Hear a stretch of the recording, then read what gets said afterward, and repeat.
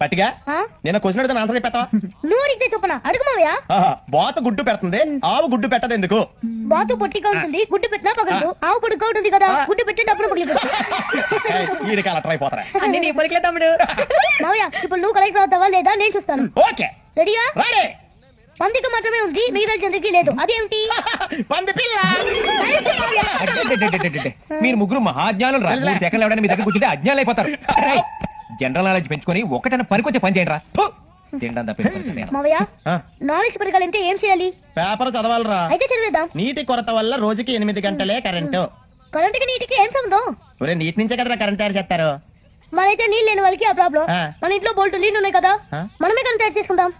ఎలా తయారు చేస్తారా? అమ్మా లక్ష్మి, ఆ పాలలో కొంచెం పెరుగుతాయి. అలాగే అక్క. మమ్మీ పాలలో పరిగెస్తే ఏమవుతుంది? పాలన్నీ పెరిగవుతాయి. మమ్మీ మావయ్య నానమ్మ నీ పని కొంచెం పని చేయమని కదా, మన కరెంట్ తయారు చేద్దాం. ఎలా తయారు చేస్తావా?